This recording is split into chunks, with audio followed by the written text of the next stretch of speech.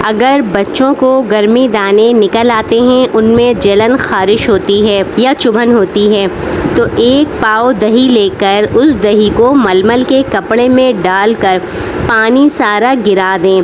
अब जो गाढ़ी दही बची है उसमें बिल्कुल ज़रा सा चुटकी से भी कम नीला थोथा लेकर नीला थोथा उसी दही में जिसका पानी निकाल दिया गया था अच्छी तरह से मिक्स करें और बच्चे के दानों पर लगाएं।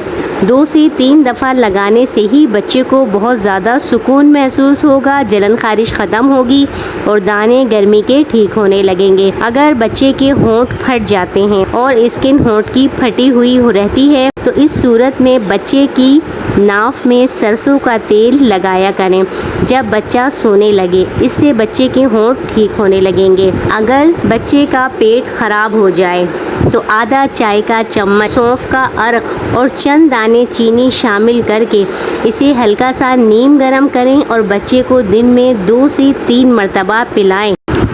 बच्चे को अगर रैशेस हो जाते हैं तो 1 चम्मच सरसों का तेल और 1 चम्मच पानी आपस में मिक्स कर लें और इतना मिलाएं कि तेल और पानी एक जैसा हो जाए। फिर उसे रैशेस पर लगाएं। उसके बाद पैम्पर बांधें।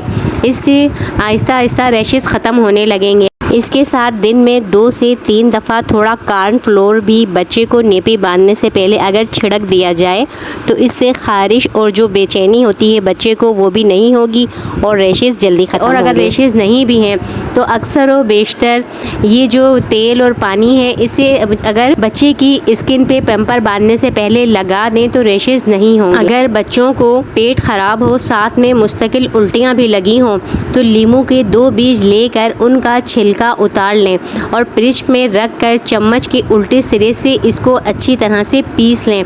अब इसमें हल्का सा पानी मिलाकर बच्चे को पिलाएं। 2 से 3 मरतबा अगर थोड़ा थोड़ा देते हैं तो इससे फ़ौरन ही आराम आने लगता है और उल्टियाँ आहिस्ता आहिस्ता रुक जाती हैं। वीडियो पसंद आई हो लाइक कमेंट शेयर कीजिएगा। इजाज़त दीजिए। अल्लाह हाफिज़।